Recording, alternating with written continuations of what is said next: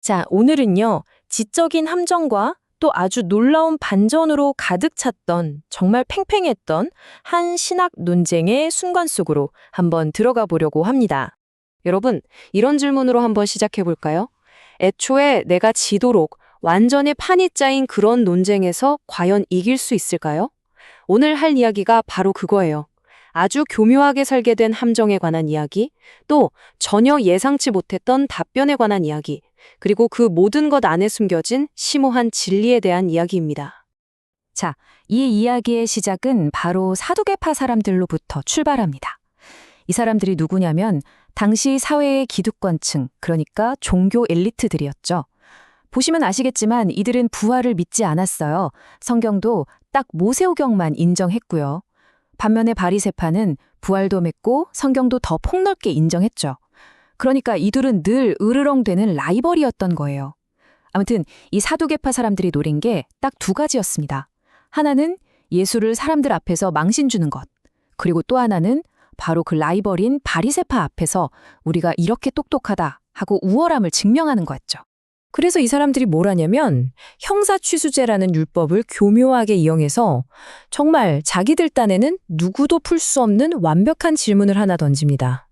원래 이 형사취수제라는 게 형이 자식 없이 죽으면 동생이 형수랑 결혼해서 대를 잇게 하는 거거든요. 가문이 끊기지 않게 하려는 좋은 의도의 법이죠.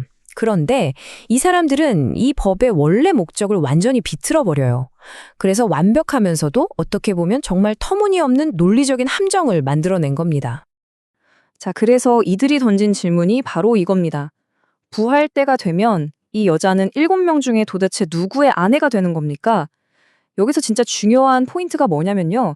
이 사람들은 사실 답이 궁금했던 게 아니에요. 그게 목적이 아니었죠. 그저 이 땅에 아주 세상적인 논리를 가지고 부활이라는 개념 자체가 얼마나 터무니없는지를 그냥 비웃고 조롱하고 싶었던 겁니다. 그런데 여기서 예수는 그들이 던진 이 뻔한 미끼를 덥석 물지 않습니다. 오히려 논쟁의 판을 그냥 완전히 뒤집어 버려요. 질문에 대한 답을 해주는 대신에 너희가 성경도 하나님의 능력도 몰라서 오해하고 있다고 딱 잘라 말하죠. 이건 뭐냐면 그 질문 자체가 얼마나 근본적으로 잘못됐는지를 지적하는 거예요.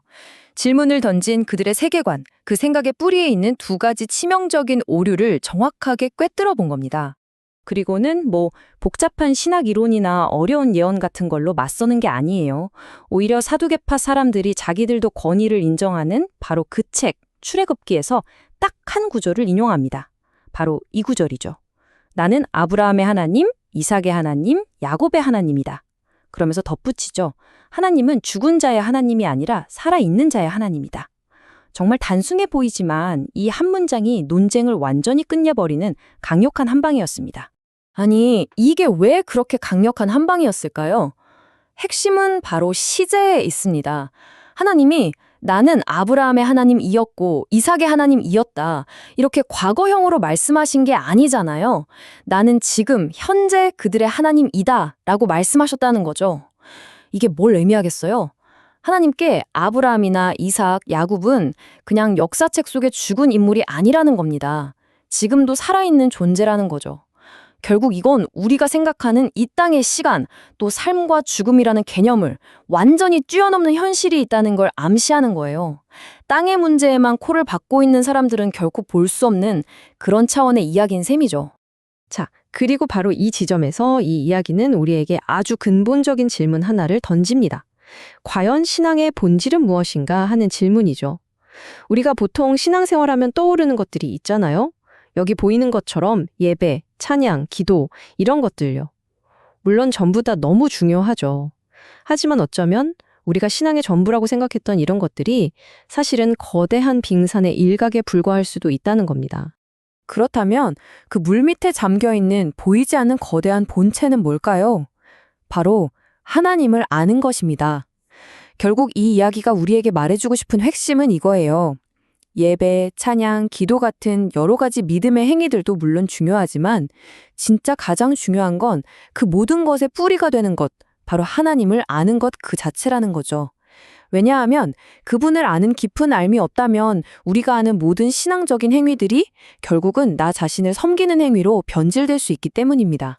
그래서 이 이야기는 마지막으로 우리 각자에게 이 핵심적인 질문을 남깁니다. 나의 신앙은 나의 행위로 더 정의되는가? 아니면 나의 알무로 더 정의되는가?